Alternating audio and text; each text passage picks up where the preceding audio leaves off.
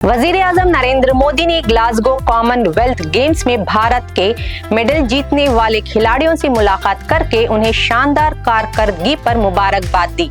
Glasgow games के इख्तिताम के तकरीबन एक हफ्ते बाद वजीर आजम ने 7 लोक कल्याण मार्ग में हिंदुस्तानी दस्ते की मेजबानी की।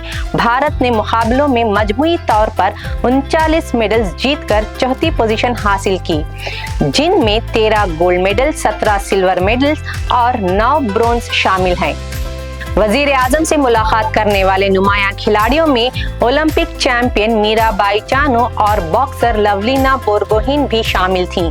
मुलाकात के दौरान नरेंद्र मोदी ने कहा कि गुज़िश्ता 12 से 13 बरसों में खिलाड़ी उनकी रिहायशी गाह पर आने वाले सबसे ज्यादा मुस्तकिल मेहमानों में शामिल रहे हैं। इन्होंने कहा कि बैनुल अक़वामी खेलों में भारत की बढ़ती हुई कामयाबी कई बरसों की मुसलसल मेहनत का नतीजा है।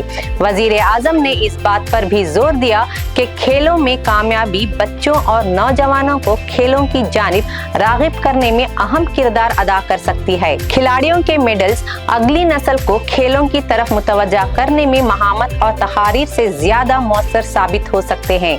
ग्लासगो कॉमनवेल्थ गेम्स के इख्तिताम पर कॉमनवेल्थ गेम का परचम भारत के हवाले किया गया। अहमदाबाद 2030 के कॉमनवेल्थ गेम्स की मेजबानी करेगा, जो इस इवेंट का 100 साला एडिशन होगा।